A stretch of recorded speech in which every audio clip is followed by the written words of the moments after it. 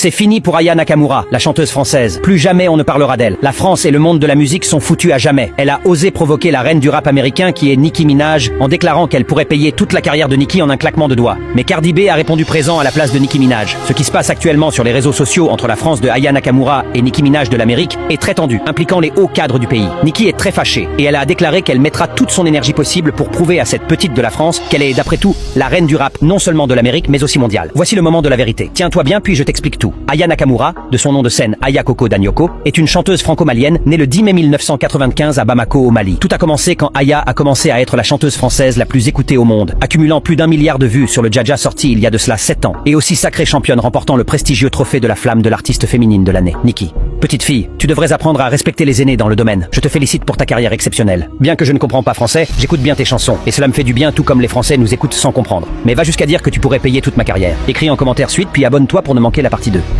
Elle a refusé les avances d'un grand basketteur en plein match. Depuis ce jour, tout le monde la craint et plus personne n'ose se mettre en couple avec elle. Elle a fait un geste qui a glacé la salle entière. On parle d'Angel Reese, la jeune prodige du basketball, a refusé publiquement les avances du joueur le plus populaire du moment. Il avait tout pour plaire, talent, argent, notoriété. Mais elle, impossible, a simplement tourné la tête puis a enchaîné avec un regard qui en disait long. Ce jour-là, le monde a compris une chose. Elle n'est pas là pour jouer avec les sentiments, mais pour marquer l'histoire. Depuis, plus aucun joueur n'ose s'approcher d'elle. Dans les vestiaires, on murmure son nom avec respect. Sur les réseaux, elle est devenue une légende vivante. Certains disent qu'elle a brisé un code non écrit, d'autres qu'elle a simplement remis les pendules à l'heure. Elle ne veut pas être réduite à une simple fille jolie sur le terrain. Elle veut qu'on se souvienne de son jeu, de sa hargne, de ses records. Et chaque fois qu'elle entre sur le terrain, une énergie étrange envahit le stade. Les caméras ne la lâchent plus. Les fans la suivent comme une reine. Elle fait battre des cœurs partout où elle passe. Mais malgré tout, la légende Jordan la critique pour ses performances. Et toi, qu'en penses-tu ?